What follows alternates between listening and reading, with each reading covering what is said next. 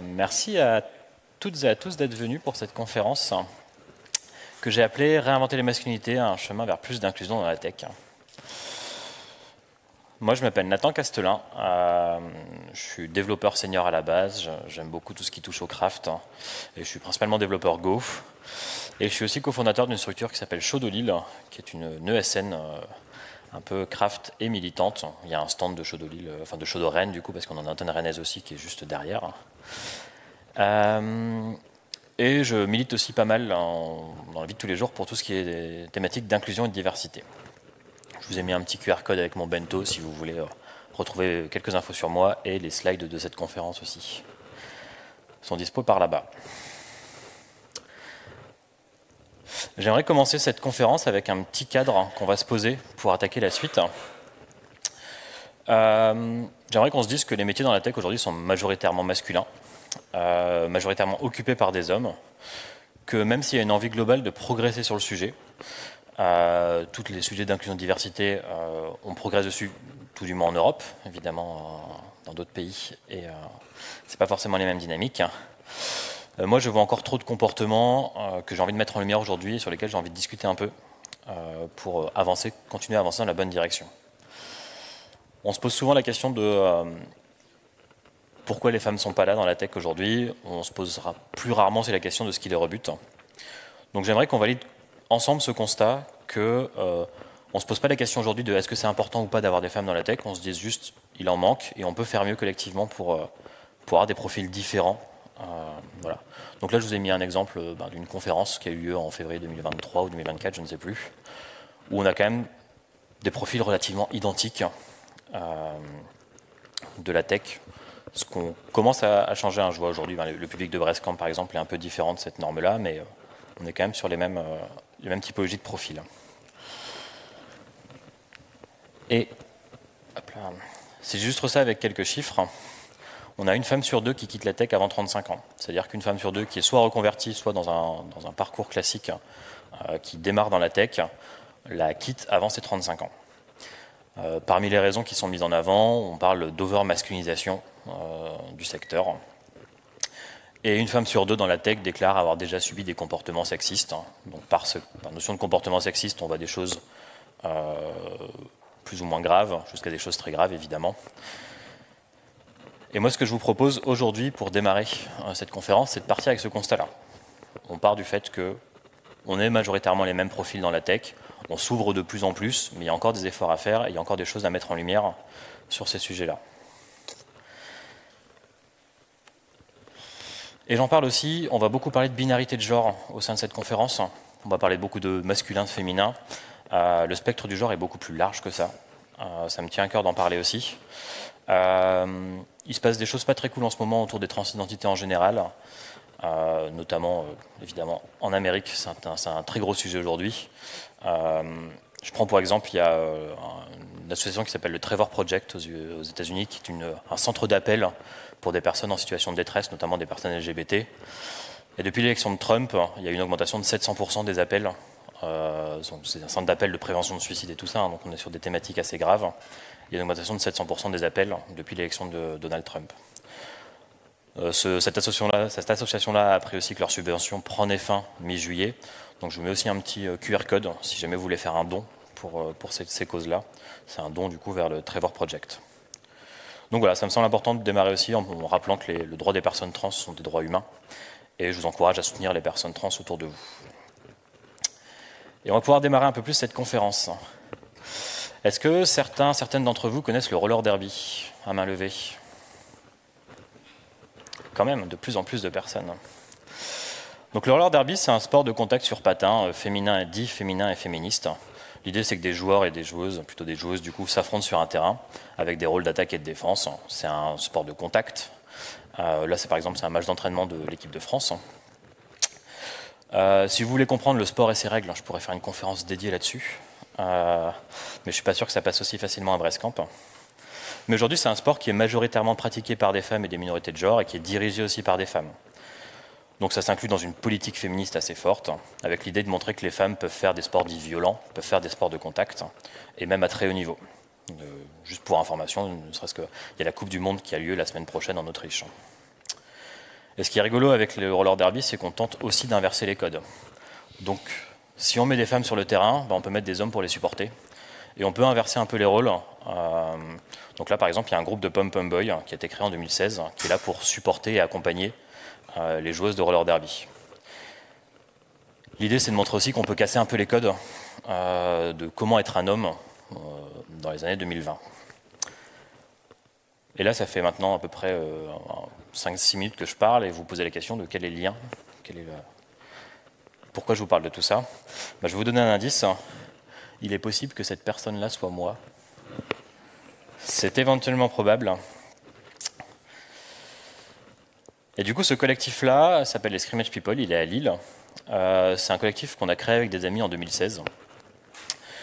Et à la base, ça partait d'une blague, juste vraiment le côté, tiens, il y a nos potes, nos copines qui sont sur le terrain en train de faire du sport, pourquoi on ne les encouragerait pas? On a appris à danser sur Britney Spears, on a appris à déhancher sur Beyoncé, on a appris à devenir moins rigide du bassin, évidemment. Et ce qui a commencé comme une aventure un peu fun il y a 8 ans s'est transformé en un collectif aujourd'hui d'une 20aine de personnes, duquel j'ai pris du recul ces derniers temps parce que j'ai eu d'autres projets. Mais voilà, qui prend des cours de danse, qui prend des cours de cirque, qui se questionne et qui réfléchit au quotidien sur comment être un homme différemment, comment être un collectif d'hommes différemment, et comment représenter la masculinité d'une manière moins patriarcale, on va dire. Et moi, ce collectif, en fait, je l'ai mis très rapidement en parallèle avec mon quotidien dans la tech. Ça fait maintenant 12 ans que je suis dans la tech, donc 12 ans que je nage dans des groupes masculins aussi, et j'ai vu des vraies différences sur ces questionnements-là et sur la manière d'avoir ces questionnements-là. Donc moi, ce que je vous partage aujourd'hui, c'est un bout de cette aventure-là, c'est un bout de ce double chemin que j'ai eu dans un groupe où on essaie de se comprendre et de se challenger en tant que groupe d'hommes, et ce que je vivais au quotidien dans la tech.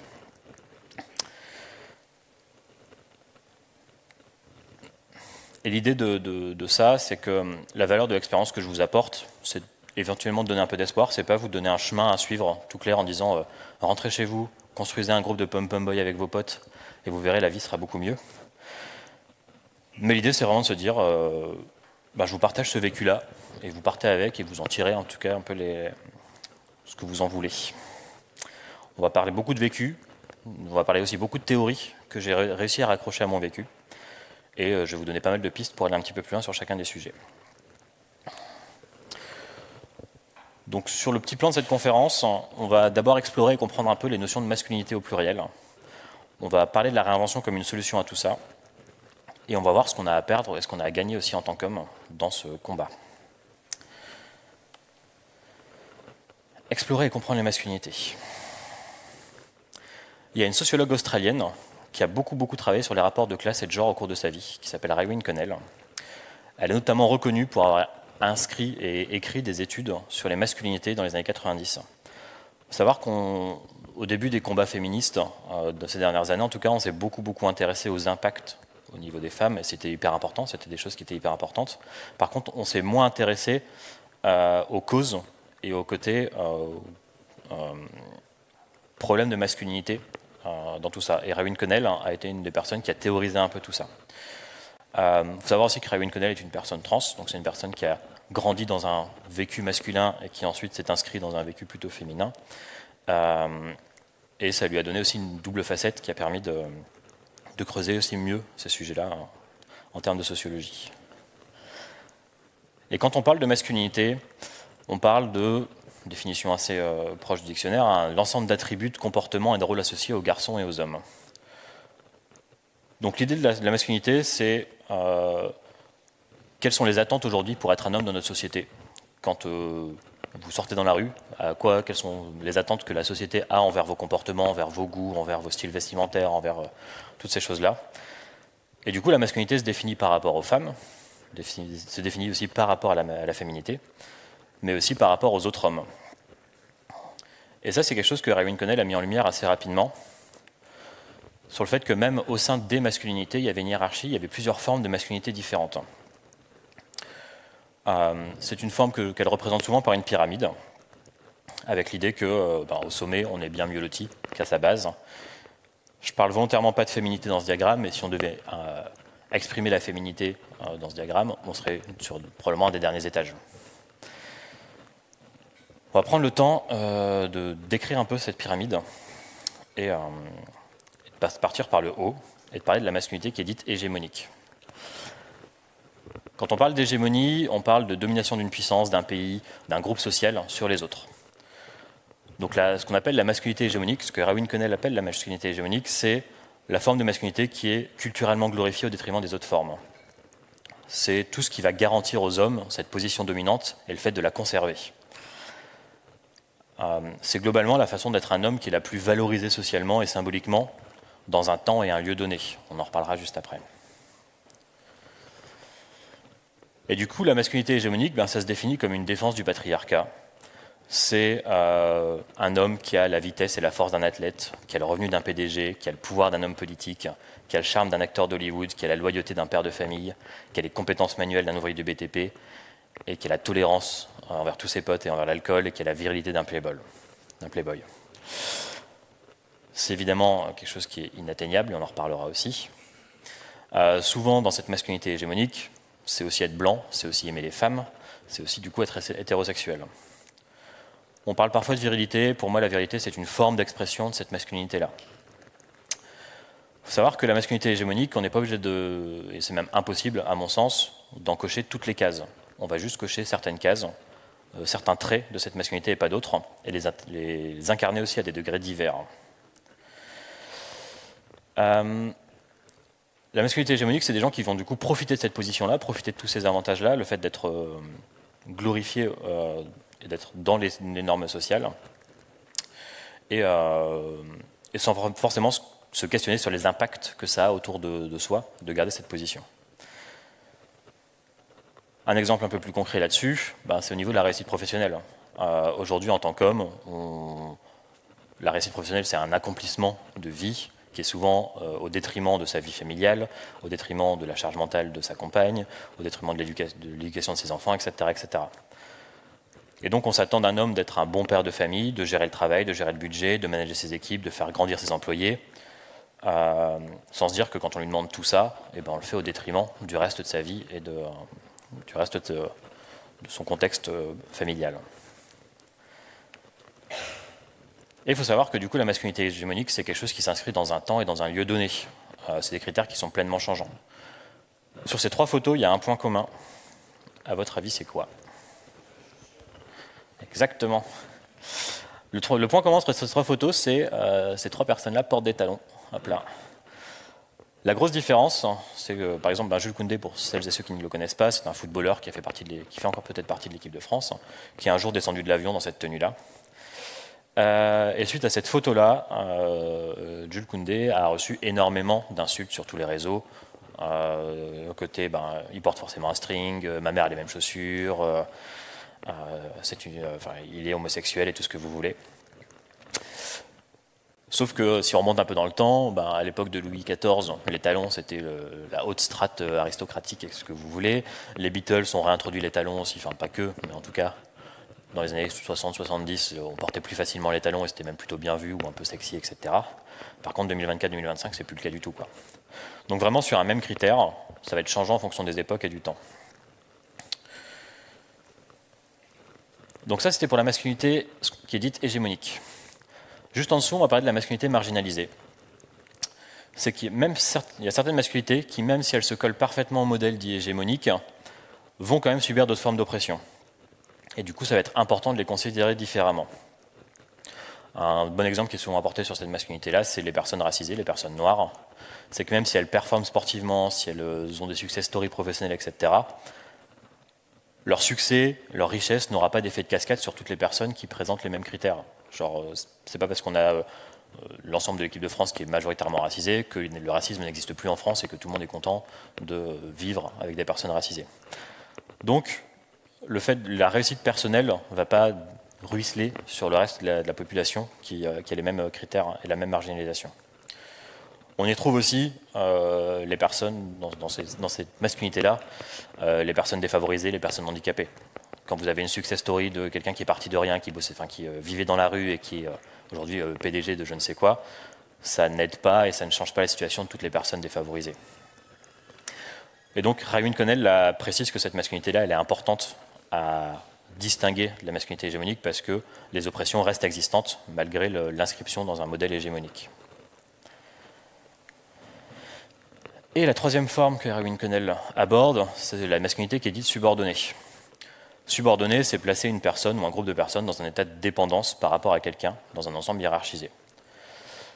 Et du coup, la masculinité subordonnée, c'est l'ensemble des hommes qui vont exhiber des comportements qui vont justement à l'encontre de la masculinité hégémonique. C'est très souvent associé aux masculinités homosexuelles. Et en fait, c'est tous les comportements qui sont dits trop féminins pour être considérés dans la masculinité hégémonique. Sauf, évidemment, si ce comportement sert à l'hégémonie. Je vous donne un exemple. L'été arrive, j'ai très envie de me raser les jambes pour sentir le vent frais sur mes jambes fraîchement épilées. Si je fais ça et que demain je rencontre d'autres hommes, probablement qu'il y a des gens qui vont se poser la question de tiens, pourquoi il a pas de poils sur les jambes, c'est quand même très bizarre, soit il est malade, soit il est bizarre. Par contre, si je leur réponds que je fais ça parce que je suis un grand sportif à vélo et que ça améliore mes performances sportives, il n'y a plus qu'aucune question qui va m'être posée. Ça va être OK, il améliore ses performances sportives, donc c'est OK de se mettre en bonne condition pour le faire. La masculinité subordonnée, du coup, elle est souvent dite oppressée aussi, parce qu'on la met en lien avec l'hégémonie, et comme elle vit un combat constant avec les normes de l'hégémonie, elle va être souvent oppressée. J'en parlais, la masculinité homosexuelle est souvent la plus visible de cette forme de masculinité. Moi, par exemple, au travers de mon expérience de pom-pom boy, j'ai souvent été classé dans cette masculinité-là. Parce que danser en mini-short, c'est forcément un peu gay. Alors je peux vous assurer que la manière dont je vis ma sexualité n'a rien à voir avec la manière dont je peux bouger mon bassin avec un short. Ça, je peux le prouver assez facilement. Du coup, on m'a souvent demandé, quand je sortais de prestations, quand je rencontrais des gens, il y a des gens qui me disaient « Ah, j'aime trop ton collectif, j'aimerais bien le rejoindre, mais malheureusement, je ne suis pas gay. » Et je disais « Ça tombe bien, moi non plus. » Et du coup, moi, j'ai eu l'occasion de vivre cette masculinité-là, mais de manière très ponctuelle, très temporaire. Parce qu'une fois que je terminais ma prestation, une fois que je sortais des vestiaires et que je me rhabillais dans des tenues plus classiques, je sortais en tout cas de ces formes d'oppression ou de questionnement que je pouvais avoir au quotidien, enfin pas au quotidien du coup, dans ma vie de pom-pom boy. Et du coup, c'est aussi un exemple que on peut flotter entre les différentes formes de masculinité au quotidien, et on peut subir ou non les oppressions en fonction de quelques trucs qui sont vraiment, qui sont très anecdotiques. Quand je vais performer en tant que pom-pom boy, c'est l'histoire d'une heure ou deux dans ma vie. Et pendant une heure ou deux, je vois les regards qui changent, je vois les questionnements qui changent aussi, alors qu'on parle juste d'une tenue et d'une danse, quoi. Et donc là, c'est les trois formes principales de masculinité qui ont été amenées par Erwin Könnel. Hop là. Et là, vous vous dites, je suis un peu embêté parce que je ne me retrouve pas dans ce diagramme-là. J'ai une pyramide qui est presque incomplète parce que moi, personnellement, la première fois que j'ai creusé un peu ce sujet-là, je me disais, je ne me sens pas hégémonique, je ne me sens pas en train de performer les réussites sociales, les réussites sportives, les réussites personnelles, etc. Je ne me sens pas dans la masculinité marginalisée parce que je suis un homme blanc qui a grandi en tant qu'homme blanc dans la société, avec du coup dans une classe moyenne, tout ce qui s'ensuit. Et je ne me sens pas subordonné parce que je ne cherche pas continuellement à me battre contre l'hégémonie. Et Erwin Könnel a ramené une quatrième forme de masculinité qu'elle a appelée la masculinité complice. Et en fait, le nombre d'hommes qui se conforment rigoureusement au modèle hégémonique est assez limité, voire quasiment inexistant. Si vous vous rappelez tous les critères que je vous ai donnés de l'hégémonie, à base de richesse, beauté, sportif, etc., si vous savez me donner un nom qui les coche toutes, je serai le premier à être content de l'ajouter comme exemple. Et du coup, pourtant, on considère aujourd'hui qu'on vit dans un système qui est dit patriarcal, et qui du coup ne peut pas être alimenté que par cette masculinité hégémonique qui est très très petite. Et donc c'est pour ça que Erwin Könnel amène la notion de masculinité complice, en disant qu'il y a une masculinité qui est majoritaire et qu'on appelle complice parce qu'elle tire des bénéfices du modèle hégémonique tout en restant silencieux sur ses impacts. Donc ça peut être des gens comme vous, comme moi, etc., qui ont pu souffrir à un moment donné dans leur vie du modèle hégémonique, du côté viril, du côté violent, du côté macho, sportif, etc. Des gens qui n'ont pas forcément bien vécu le lycée ou ce genre de choses.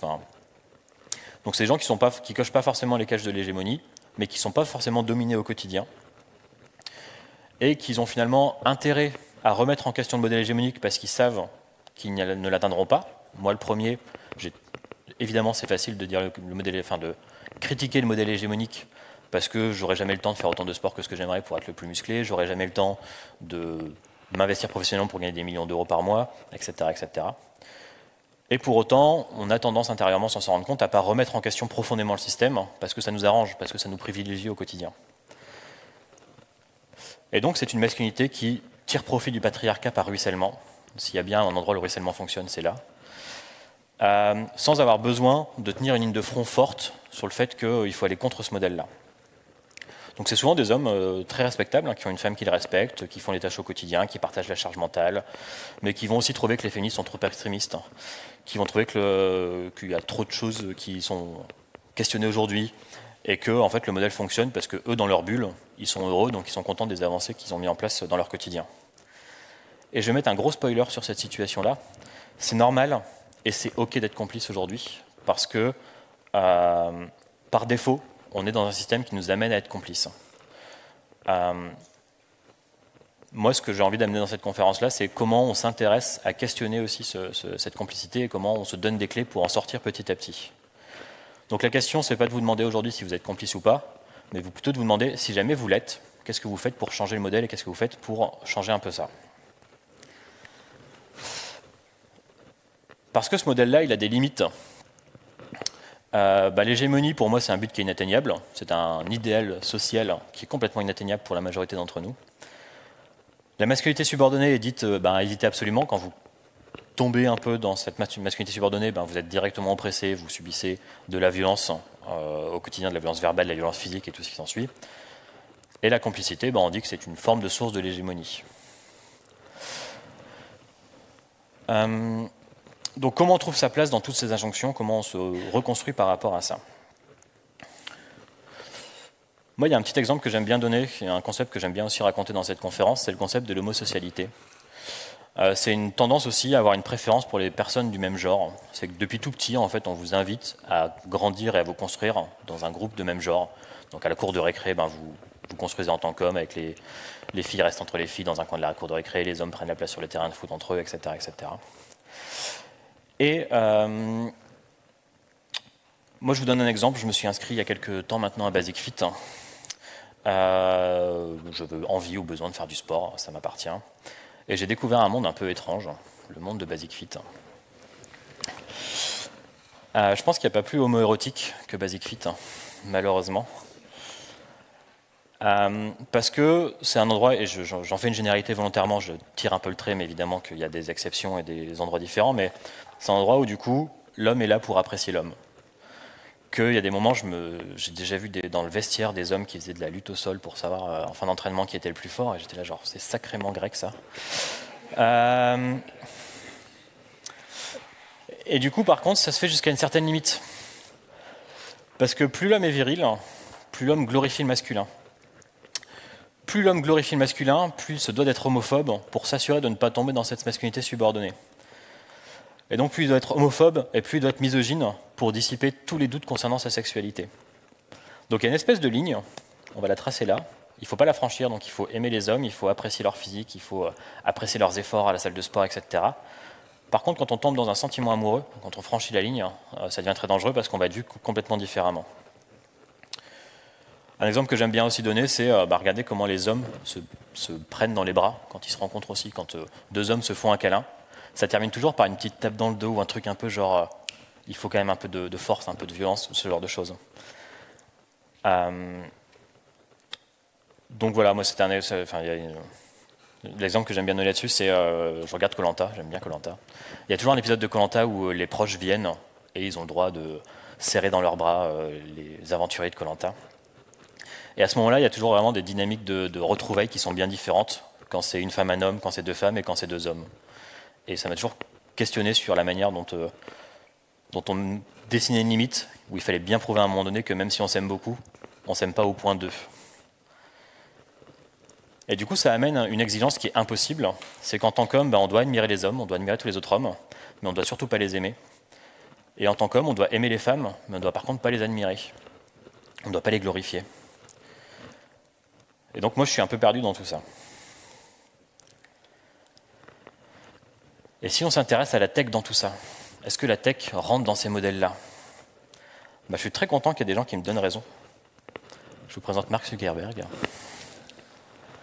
qui a dit récemment, janvier 2025, ça a vraiment nourri ma conf, hein, évidemment, l'énergie masculine est bonne, la société en est remplie, mais la culture d'entreprise essaye de s'en détourner. Toutes ces formes d'énergie sont positives, mais une culture qui fait un peu plus la part belle à l'agressivité a ses mérites. Donc rentrez demain au travail, soyez agressifs. L'agressivité, dans sa définition, c'est une modalité du comportement des êtres vivants qui se manifeste par des actions où la violence est dominante. Donc, aujourd'hui, cette personne-là dit que la performance nécessite un environnement où on favorise les hommes dans leur comportement habituel, dans leur comportement violent. Du coup, la tech nécessite cette énergie masculine où la compétition et la réussite personnelle se fait au détriment des autres. Et moi, j'aime bien me dire que je préfère un monde où la performance est une aventure collective, où la valeur est une conséquence de l'aventure collective qu'on construit, plutôt qu'un monde où la performance est une conséquence d'une compétition d'un entre-soi masculin. Et donc j'aime bien me dire que c'est pas dans ce modèle-là que j'ai envie de grandir dans la tech. Et en fait, ce modèle-là, on le côtoie un peu au quotidien. Il y a un terme qui est arrivé à droite à gauche qui s'appelle le brogrammeur, qui est une forme d'hégémonie dans nos milieux. C'est le fameux développeur qu'on connaît tous et toutes, qui peut coder jour et nuit. Vous l'appelez à 3h du matin, il répare la prod, les yeux fermés. Il est valorisé techniquement, il est parfois glorifié techniquement, c'est le meilleur de l'équipe, vraiment, c'est le modèle qu'on a envie d'avoir au niveau de l'équipe. Il est essentiel sur le projet. Par contre, du coup, son niveau technique et son excellence technique excusera souvent son comportement discutable. On va séparer le développeur de l'artiste. C'est souvent quelqu'un qui a le contrôle technique sur le projet. C'est par lui que tout passe les PR importantes, c'est par lui que tout passe les discussions importantes. S'il n'est pas présent à une réunion, on n'arrive pas vraiment à prendre de décision parce qu'on sait qu'il va revenir dessus après. C'est quelqu'un qui a un esprit compétitif, qui partage le savoir, mais qui partage le savoir avec les gens avec qui il veut bien le partager. C'est que si vous êtes dans son giron, vous avez une carrière fulgurante dans la boîte. Si vous n'êtes pas dans son giron, au contraire, vous vivez très mal votre quotidien. Et c'est quelqu'un qui peut être aussi rapidement dans la surveillance et la validation plutôt que la co-construction. Donc c'est ce type de profil que moi j'ai connu, que j'ai pu être aussi à certains moments dans ma vie, que j'ai pu cocher à certaines cases de ce profil-là. Et c'est quelqu'un, pour moi, c'est de la forme d'hégémonie aujourd'hui dans la tech qu'on met en avant. Je suis un peu loin, pardon. Voilà, tac.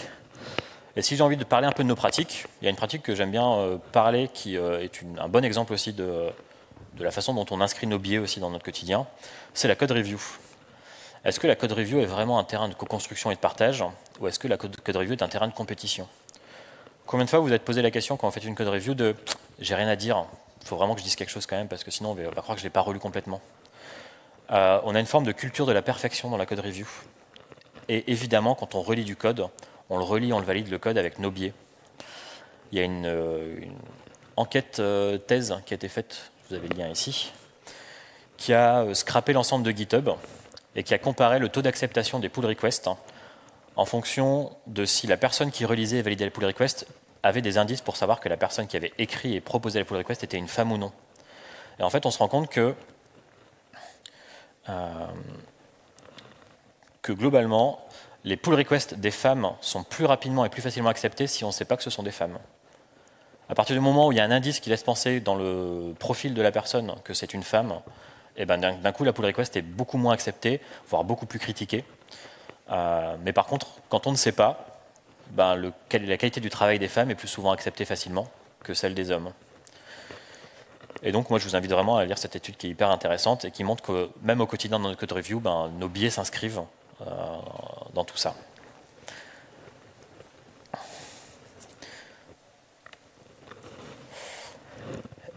Et maintenant qu'on a fait ce constat-là, qu'est-ce qu'on fait à partir de là? Moi, j'ai envie de vous proposer des portes de sortie sur comment se réinventer, comment construire différemment des groupes d'hommes, et comment sortir de cette forme de complicité si tant souhaitais qu'on y soit. Je ne suis pas sûr de cette phrase.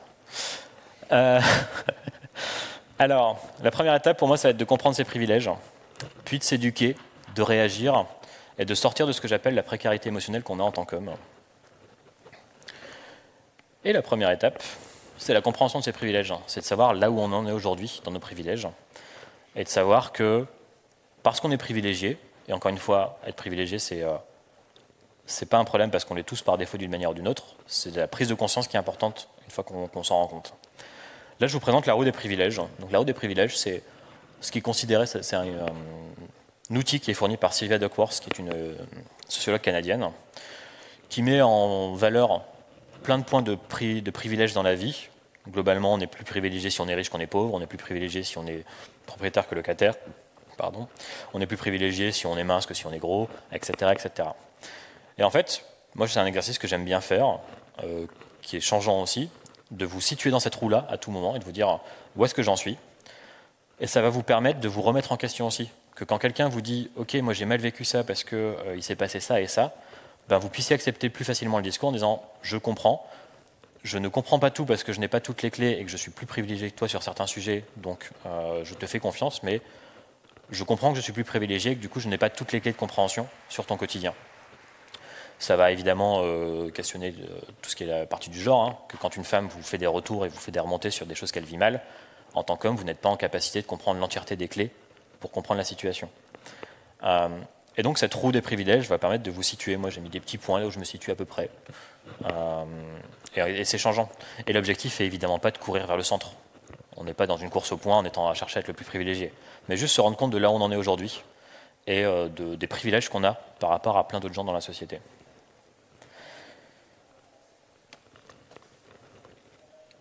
Un des gros points aussi que j'aime bien apporter, c'est la manière de s'éduquer et de construire le savoir sur ces thématiques-là. Il y a de nombreuses ressources qui existent sur Internet, en vidéo, dans plein de formats différents, qui parlent de ce sujet-là. Donc moi, je vous invite, quand vous vous éduquez, à varier les formats, varier les auteurs et les autrices, privilégier parfois aussi les autrices, qui apportent des points de vue hyper intéressants et différents, parce qu'il faut savoir que dans la norme, aujourd'hui, quand vous achetez un bouquin, majoritairement, il est écrit par un homme. Ce qui est important aussi, c'est d'aller porter la charge d'éducation. N'attendez pas des féministes en général ou des femmes en général de vous instruire et de porter cette charge d'éducation pour vous tirer de toutes les situations. Prenez cette charge-là, partagez-la et partagez autour de vous. On n'est pas ou peu habitué en tant qu'homme à partager autour de ces sujets-là. On le fait très bien en tant qu'homme sur plein de sujets tech, sur plein de sujets du quotidien, etc., de discuter avec les collègues à la machine à café et tout ça. Par contre, de se dire, tiens, j'ai mal vécu cette situation-là sur des sujets et des thématiques sociales, c'est plus compliqué, c'est pas dans nos habitudes. Donc apprenez à partager autour de vous sur ces sujets-là. Et si vous ne savez pas comment démarrer cette éducation, moi je vous propose quelques pistes. Si vous aimez bien les podcasts, il y a 2 podcasts que j'aime bien. Le premier s'appelle Mansplaining. Il a été renommé dernièrement par Je ne suis pas raciste mais vous pouvez trouver tous les anciens épisodes de Mansplaining. C'est un podcast de Thomas Messias et en fait il met en relation toutes les thématiques dont on parle depuis tout à l'heure avec des objets culturels comme des films ou des séries. Et donc il va analyser des films et il va y tirer en tout cas les dynamiques un peu de masculinité autour de l'objet culturel. Et sinon, Les couilles sur la table de Victoire Toyon, qui est un très bon podcast. Gros avantage des couilles sur la table, comme de Mansplaining, c'est que les épisodes sont complètement indépendants. Vous choisissez une thématique qui vous intéresse et vous pouvez la creuser. Donc moi, c'est des podcasts qui m'ont beaucoup aidé dans la rédaction et dans la compréhension de cette dynamique-là. Si vous aimez bien les vidéos, plutôt, il y a 2 trucs que j'aime bien proposer. Il y a une petite série qui s'appelle Boys, Boys, Boys, de Valentine Vendroux, qui est disponible sur Arte, je pense. C'est des capsules de 5-10 minutes. En fait, c'est vraiment sous un format film d'animation, et c'est des témoignages de gens qui vivent des masculinités un peu différentes, qui sont illustrés par des jolies images. Et donc c'est vraiment juste la lecture du témoignage, mais ça montre vraiment des formes de masculinité différentes de la norme, et ça apporte des points de vue intéressants. Et la deuxième vidéo, c'est « Et maintenant on fait quoi ?» C'est une enquête sur les masculinités en général, de Pauline Sander. C'est disponible à l'achat en VOD, c'est une dizaine d'euros je pense. Et c'est vraiment un bon documentaire de 45-50 minutes qui parle des différentes formes de masculinité, qui interviewe du coup tout ça et qui fait un bon écho à cette conférence. Si vous aimez lire, j'aurais pu vous conseiller le livre Masculinité de Raywin Connell, je le trouve très complexe d'un premier abord, donc c'est pas celui que je conseillerais en premier. Mais si vous aimez lire, vous pouvez vous éduquer avec On n'est pas mec, qui est un petit traité féministe sur les masculinités, qui a été écrit par Daisy Le Tourneur. Encore une fois, Daisy Le Tourneur est une personne trans, ce qui fait qu'elle a aussi un vécu féminin avant d'avoir un vécu masculin. et qui du coup arrive à parler de cette double casquette, et le fait très bien. C'est très simple à lire, c'est très drôle à lire, c'est chapitré proprement, donc vous pouvez même consommer les chapitres. En fait, c'est tiré de son blog, elle avait créé un blog qu'elle a condensé dans un livre, donc les chapitres sont un peu indépendants, et il y a plein de thématiques hyper intéressantes dedans. Masculinité, là c'est un album collectif, c'est un plus gros album, hein, et ça traite de l'impact des masculinités dans toutes les franges de la vie. On va parler des masculinités à l'adolescence, des masculinités dans le sport, des masculinités dans la tech, des masculinités dans vraiment toutes les facettes qu'on peut avoir dans la vie d'un homme. Ça va aborder le sujet de la masculinité et de l'impact des différentes formes de masculinité dans ces aspects-là. Si vous aimez un peu plus le fun, deux petites choses que j'aime bien partager aussi. Drag Race France, d'ailleurs la nouvelle saison commence bientôt. Voilà, je vous invite à jeter un coup d'œil. Pourquoi? Alors, je ne lancerai pas le sujet de est-ce que les drags c'est bien ou pas. Par contre, ça reste un ensemble d'hommes, majoritairement d'hommes en tout cas, qui essayent de présenter des formes de masculinité différentes et des formes aussi d'incarner la féminité différemment. Et c'est souvent aussi des gens qui font partie de cette masculinité dite subordonnée et qui du coup partagent des vécus de vie auxquels on ne pourrait même pas imaginer dans notre quotidien, de choses que ces personnes-là ont vécues, qui les ont détruits ou forgés. Et moi, je trouve ça socialement, je trouve ça hyper intéressant. Bon, le deuxième, je triche un peu. Hein. Petit reportage sur M6. Hein. C'est une série de 4 fois 30 minutes hein, qui a été réalisée par Pierre Chassagneux sur le collectif dans lequel j'ai évolué pendant 8 ans. Et donc, ça va vraiment parler de comment le collectif s'est construit, pourquoi c'est passé quelque chose de fun à quelque chose de militant et politique, comment on l'a fait, quelle charte on a mis en place, comment on s'est assuré aussi de faire les choses bien, parce que le collectif a grandi au sein d'un milieu qui était hyper féminin et féministe, donc on avait moins le droit à l'erreur et on avait aussi beaucoup plus de ressources pour nous aider à construire proprement notre identité. Donc voilà, petit reportage de 4 fois 30 minutes qui est parfait pour un dimanche après-midi. Et si vous vous intéressez plus à qu'est-ce qui se passe dans la tech, il y a 2 livres que j'aime bien partager. Le premier s'appelle Brotopia, de Emily Chang. On dessine très souvent la Silicon Valley comme étant le berceau de tous nos projets informatiques, de tous nos... C'est un peu l'idéal de l'informatique aujourd'hui. Emily Chang a passé un peu de temps à analyser et étudier l'envers du décor de la Silicon Valley et la manière dont beaucoup de choses se sont construites avec des formes de masculinité qui n'étaient pas saines du tout, la manière dont des gens ont été écrasés, dont les femmes ont été considérées dans ces milieux-là. Et dans le fait qu'aujourd'hui, la Silicon Valley est un énorme boys club, avec ses avantages et ses inconvénients, évidemment. Donc je trouve que l'étude, elle est hyper intéressante, et elle met en lumière, redessine un peu le concept de Silicon Valley qu'on peut se donner comme un idéal de l'informatique. Et le deuxième livre que j'aime bien partager, c'est L'informatique a-t-elle un sexe d'Isabelle Collet. Isabelle Collet est une historienne sociologue qui a beaucoup écrit aussi et théorisé sur l'informatique, et qui reprend un peu toute l'histoire de l'informatique. Pourquoi l'informatique c'était un métier de femme à la base, et qu'à partir du moment où ça a généré beaucoup d'argent, c'est devenu un métier d'homme. Et elle retrace un peu tout ça, et j'aime beaucoup les exemples qu'elle donne, c'est très terre à terre, c'est très proche de notre quotidien, donc moi c'est une ressource que j'aime bien partager aussi.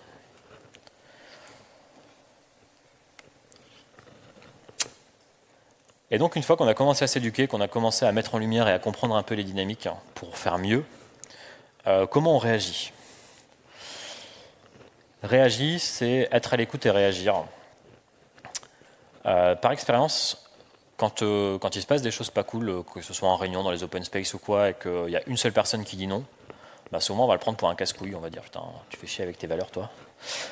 Par contre, quand on commence à être plusieurs à réagir, on arrive vraiment à changer la donne et à mettre la personne qui a pu avoir des propos sexistes ou qui a pu avoir des actions sexistes à se remettre en question et à changer de point de vue.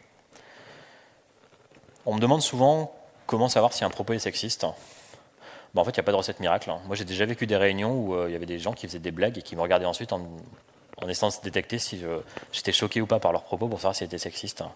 Alors, j'ai pas du tout de détecteur aux propos sexistes. Souvent, la bonne recette, c'est d'inverser les rôles, c'est de vous inverser.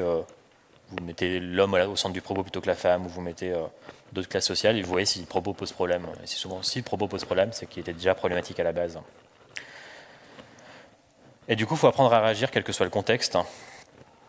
Il faut aussi apprendre à réagir face à soi-même, se laisser de la place, réagir à ses propres comportements, questionner continuellement la place qu'on prend et la place qu'on offre. Ça veut dire qu'il faut faire attention au mansplaining, Est-ce que quand je prends la parole à ce moment-là de la réunion, à ce moment-là de la discussion, j'apporte vraiment quelque chose avec mes prises de parole, ou est-ce que je ne fais que répéter ou que amener des choses inutiles? Et aussi human interrupting, est-ce que au moment où je prends la parole, j'ai bien laissé le temps à la personne de terminer son propos? Et tout ça, c'est des formes de réaction où il faut réagir face à l'autre, mais aussi réagir face à soi-même et se poser la question avant d'entrer en communication ou avant de prendre la parole sur la manière dont vous le faites et pourquoi vous le faites.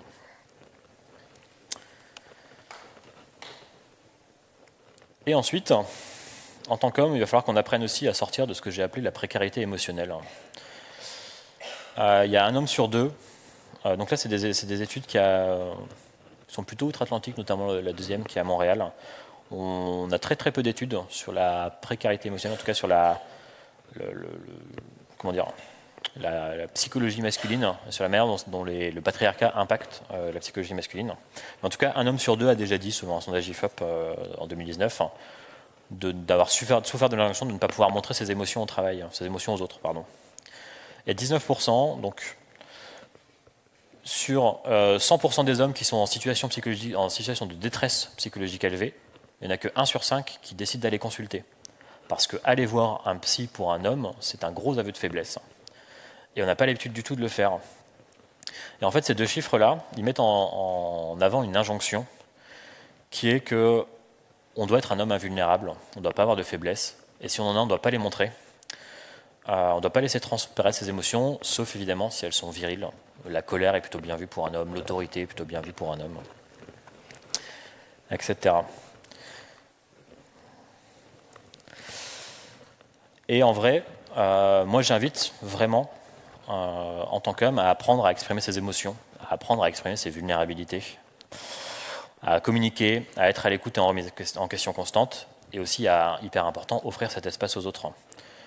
Moi, quand j'arrive le matin au boulot, si ma soirée s'est très mal passée parce que, je sais pas, j'ai perdu un proche, perdu un proche c'est même trop élevé, mais juste, il y a quelque chose dans ma vie qui s'est pas très bien passé, et que j'arrive le matin et que je ne suis pas bien psychologiquement, bah, ça a un impact certain sur ma qualité de travail à la journée, ça a un impact certain sur la manière dont je vais pouvoir coder, dont je vais pouvoir mettre en prod, sur la manière dont je vais pouvoir faire des erreurs aussi. Et si j'ai pas un espace sain pour pouvoir dire aux autres avec qui je travaille, bah, je suis pas très bien aujourd'hui, et ben du coup j'ai pas un espace sain pour leur permettre de comprendre, de m'aider et de compenser aussi la manière dont je suis mal aujourd'hui. Aujourd'hui, j'ai l'impression que cet espace-là, on l'a pas trop dans la tech, malheureusement. Donc pour moi, c'est un des points hyper importants, c'est d'apprendre à être vulnérable, d'apprendre à le dire, de le communiquer de la bonne manière, et de créer des environnements où les autres peuvent l'être aussi.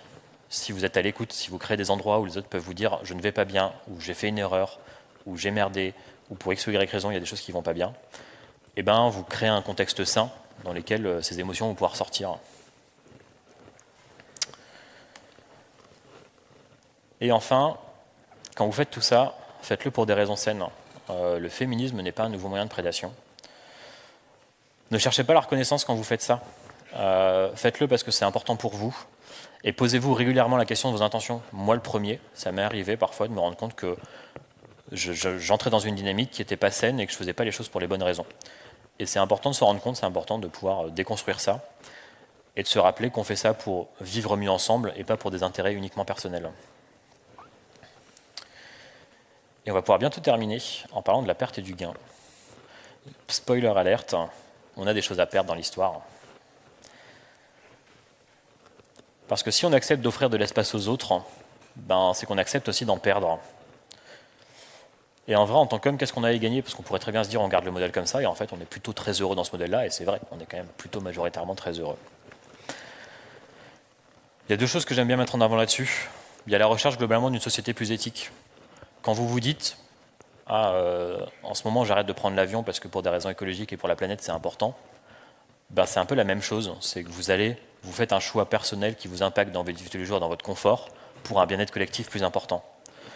Et en fait, c'est la même chose sur ces sujets-là. C'est que si on accepte de se remettre en question, de perdre de l'espace, eh ben, on va vers une société qui est plus éthique et plus saine. Je pourrais aussi parler de tous les impacts du patriarcat. Il y a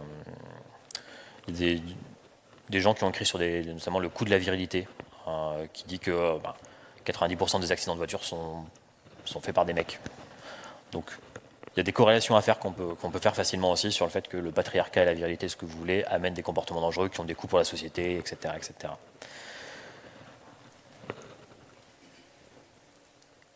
Et moi, d'un point de vue plus personnel, le fait d'amener ce sujet-là et de discuter de ce sujet-là, c'est le fait de chercher et de proposer des nouvelles formes de liberté.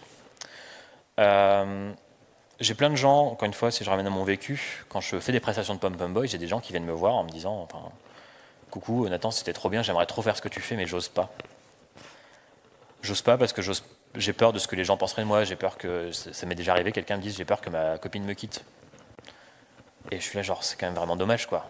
Il y a un truc que tu vois qui te fait kiffer, que tu as envie de faire, on a de la place pour t'accueillir, mais il y a plein d'injonctions qui font que tu n'oses pas te lancer. Et moi le premier, ça m'arrive parfois de bien aimer me mettre du vernis sur les ongles. C'est mon petit plaisir. Le problème de ça, c'est que moi ça m'arrive aussi d'aller rencontrer des clients, j'ai monté une boîte, je suis cofondateur d'une structure, etc. Et donc aujourd'hui je me pose encore la question de tiens, si je mets cette tenue-là, si je porte cette attribut-là, si je mets du vernis, etc., est-ce que ça sera dommageable pour mon business ou pas? Et moi globalement ça m'emmerde d'avoir ces questionnements-là. J'ai envie d'avoir cette liberté-là de faire des choses qui n'impactent pas l'autre, qui m'impactent que moi, et qui me permettent de vivre avec plus de liberté. J'ai mis aussi très longtemps à parler du fait que je faisais partie d'un groupe de Pom Pom Boy au boulot. Ça paraît con, mais les Pom Pom Boy, ça a été toute ma vie pendant 8 ans. C'était vraiment, on se voyait 3 fois par semaine, c'était mon groupe d'amis principal. Le week-end, c'était 1 ou 2 week-ends par mois où on faisait de la prestation. Et j'arrivais le lundi matin à la machine à café, et les gens disaient « Ah, t'as fait quoi de ton week-end » Bon, pas grand-chose. Et en vrai, ça fait chier, quoi. Enfin, globalement, on a envie de pouvoir parler de sa vie sans risquer le jugement au quotidien. Et du coup, moi, j'y vois vraiment comme un gain, une forme d'offrir de la liberté aux autres. Et en gros, la perte de privilèges qu'on va avoir dans cette dynamique-là va vraiment nous permettre d'amener un espace de liberté, de collaboration et non plus de compétition entre hommes. Et j'aime bien donner un exemple de ce qui a pu se passer dans le collectif des Pom Pom Boys. On a un des Pom Pom Boys qui a grandi dans un milieu assez campagnard, assez masculin, avec les avantages et les inconvénients de la campagne, qui a été brimé toute sa vie parce que c'était une personne qui était homosexuelle. Et du coup, assez rapidement, ça s'est su dans son collège, dans son lycée, etc. Et du coup, assez rapidement, les groupes d'hommes, c'était quelque chose qui lui faisait peur au quotidien. C'est que quand il voyait un groupe d'hommes, il s'en séparait, il se construisait uniquement auprès de groupes féminins. Et on a un moment où on discutait pas mal du collectif et on se posait la question de ce que ça nous apportait. Il nous a dit cette phrase qui m'a beaucoup touché, c'est que le collectif des Pom Pom Boy, lui, l'a réconcilié avec les hommes. Et je me dis que quand on en arrive là, c'est qu'il y avait vraiment des problèmes importants à adresser. Et du coup, si je vais sur un dernier conseil, moi j'aime bien la Boy Scout Rule. J'ai laissé le boy volontairement sur cette phrase. L'idée de la Boy Scout Rule, c'est quand vous arrivez à un endroit, vous laissez plus propre après votre départ. Donc quand vous arrivez quelque part, quand vous arrivez dans un espace, que vous avez l'opportunité de faire bouger les choses, faites bouger même juste une petite chose, juste un petit curseur que vous pouvez toucher, qui fait que l'endroit sera plus propre quand vous allez partir. Et moi, c'est une règle que j'aime bien essayer de mettre en place et de me dire, même si je suis intervenu une journée, une après-midi, etc., est-ce que j'ai pu changer quelque chose chez quelqu'un ou de manière collective, parce que c'est important. Et ça me permet de conclure cette conférence. Derrière chaque homme déconstruit, il y a des féministes épuisés. Merci aux miennes. Il y a beaucoup de personnes qui m'ont accompagné dans la réflexion et la rédaction de cette conférence, qui m'ont motivé à le pousser cette conférence dans certains CFP. Donc merci notamment à Magali Milberg, merci Erika Charolois, Cécile D'Amico. C'est tous des gens qui gravitent autour de la tech et qui parlent de ces sujets-là. N'hésitez pas à les suivre. Marcy a fait des très bonnes conférences sur pourquoi les femmes sont importantes dans la tech. Magali a fait des très bonnes conférences aussi sur l'importance de la diversité des profils dans la tech. Cécile intervient au quotidien sur les sujets d'inclusion et de diversité. Donc c'est des gens qui m'ont marqué dans mon parcours et qui continuent aussi d'agir sur ces sujets-là.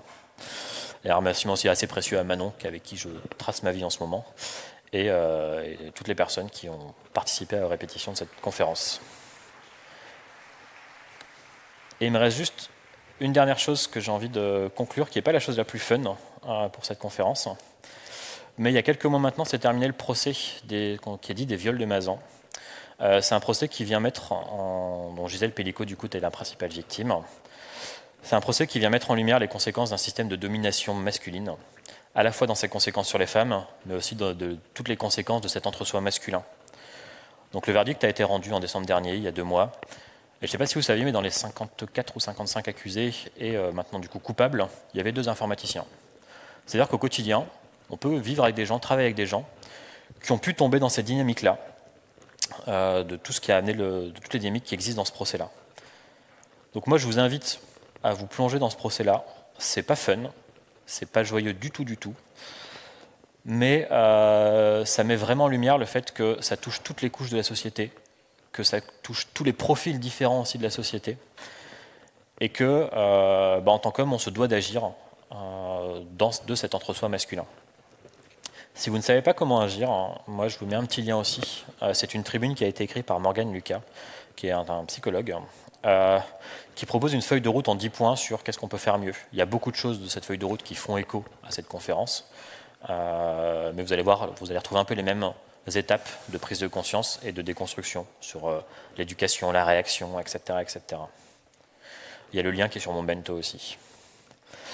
Et donc voilà, j'aime bien malheureusement conclure là-dessus, parce que c'est une mise en lumière malheureusement évidente de tout cet entre-soi masculin et cette manière dont on laisse passer les choses et dont on est complice, sans s'en rendre compte parfois, de ces situations-là. Et ça me laisse 3 minutes pour des questions. Il y a le lien pour les feedbacks, si vous voulez donner vos feedbacks sur cette conférence. Je suis toujours preneur de m'améliorer, de modifier des choses dessus si besoin. Et je suis ouvert pour les questions, s'il y en a. Et merci à tous, en tout cas, et toutes.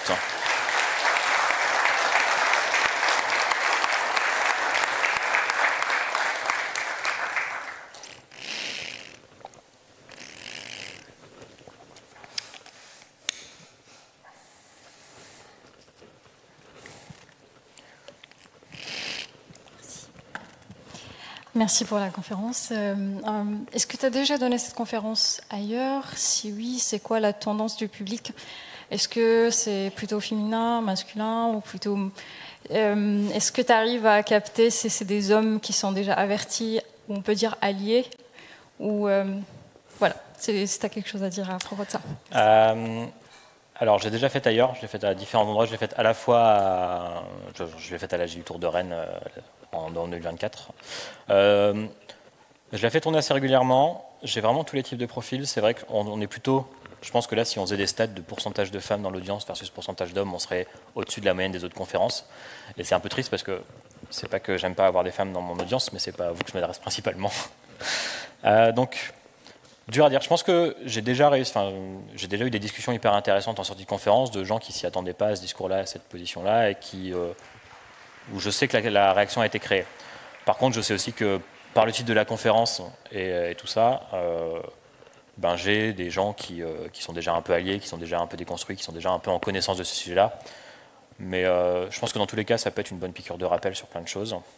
Et après, moi, quand je l'ai faite à la Gilles Tour Rennes, l'année passée, je l'ai faite en keynote. Et du coup, j'ai eu la chance que personne n'ait le choix que de me voir. Et du coup, là, ça a été hyper intéressant parce que là, vraiment, j'ai des retours de gens qui ne se seraient pas intéressés au sujet, ne seraient pas venus si elle a été en concurrence avec d'autres conférences. Donc, j'ai eu un peu tous les formats pour le coup. Mais c'est vrai que quand elle est comme ça en concurrence avec d'autres conférences, on est plutôt sur un public qui est comme le vôtre, où je ressens en tout cas des gens plutôt déconstruits ou qui acquiescent assez facilement sur une partie de mes propos en tout cas.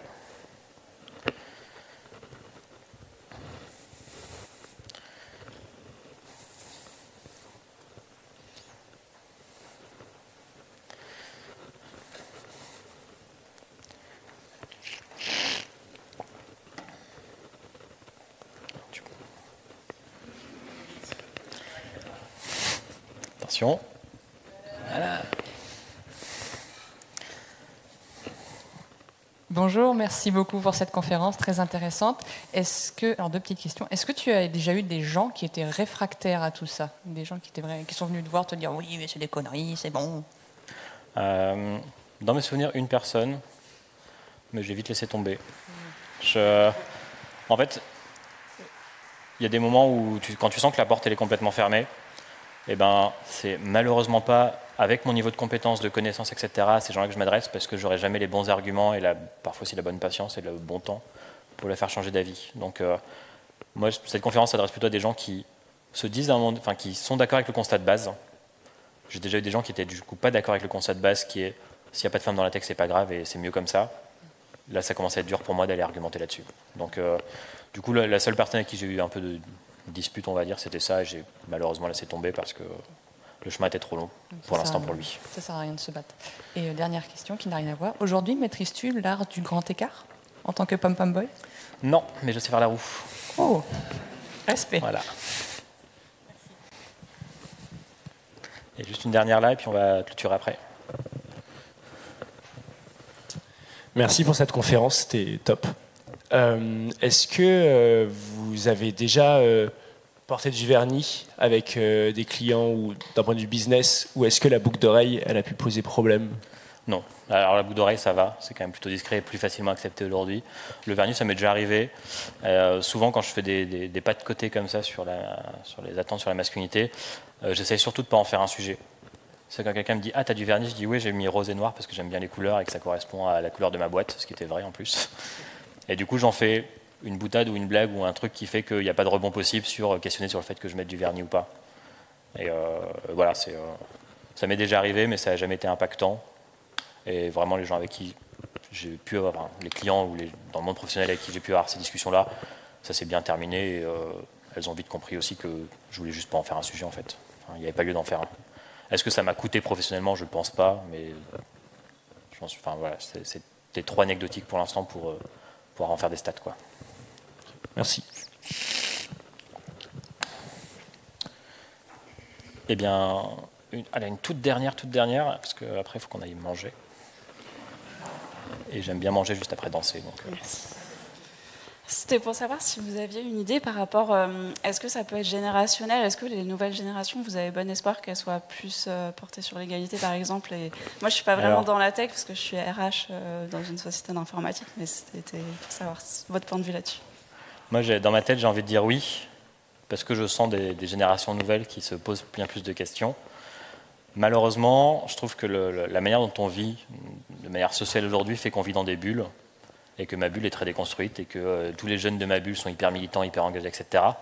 Par contre, quand je vois les tendances de vote et les implications en manif, et l'implication anti-militante qu'on peut voir un peu en France, etc., je ne suis pas très rassuré non plus. Donc, dans ma bulle, ça va, mais je ne connais pas la taille de ma bulle. Donc, j'ai quand même espoir qu'il y a quand même des nouvelles générations qui arrivent et qui profitent de ce savoir-là. Mais toujours pareil, peut-être que je ne le voyais pas avant, mais ça existait, mais j'étais pas dans cette bulle. Peut-être que maintenant que je suis dans cette bulle, je le vois plus, peut-être qu'il y en a plus. J'ai pas du tout les bonnes stats. Mais j'ai envie de penser, en tout cas dans la tech, j'ai envie de penser que ça va quand même dans une bonne direction. Dans d'autres milieux, c'est différent, évidemment. Mais dans la tech, on ne se pose plus la question, vu que tu en parles d'un point de vue RH, etc., on ne se pose plus la question de pas recruter des femmes, de recruter des femmes, etc. Enfin, on a quand même bien avancé, mais il y a encore du chemin à faire.